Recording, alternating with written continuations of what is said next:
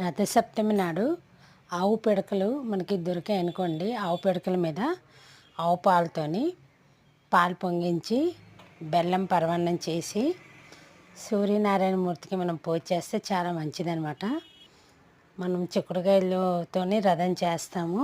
రథం చేసి సూర్యనారాయణ మూర్తికి ఆ పాయసాన్ని నైవేద్యంగా పెట్టి మనం పూజ చేస్తే మనకి నవగ్రహ దోషాలన్నీ పోతాయి.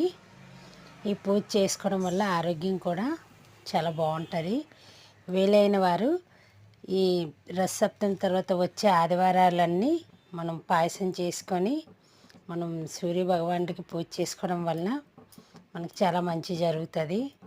మాఘమాసంలోని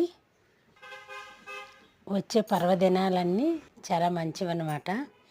మనం ఇలాగా వీలైతే సూర్యనారాయణ మూర్తి దేవాలయాలకు వెళ్ళి దర్శించుకోవడం వల్ల కూడా చాలా మంచిది.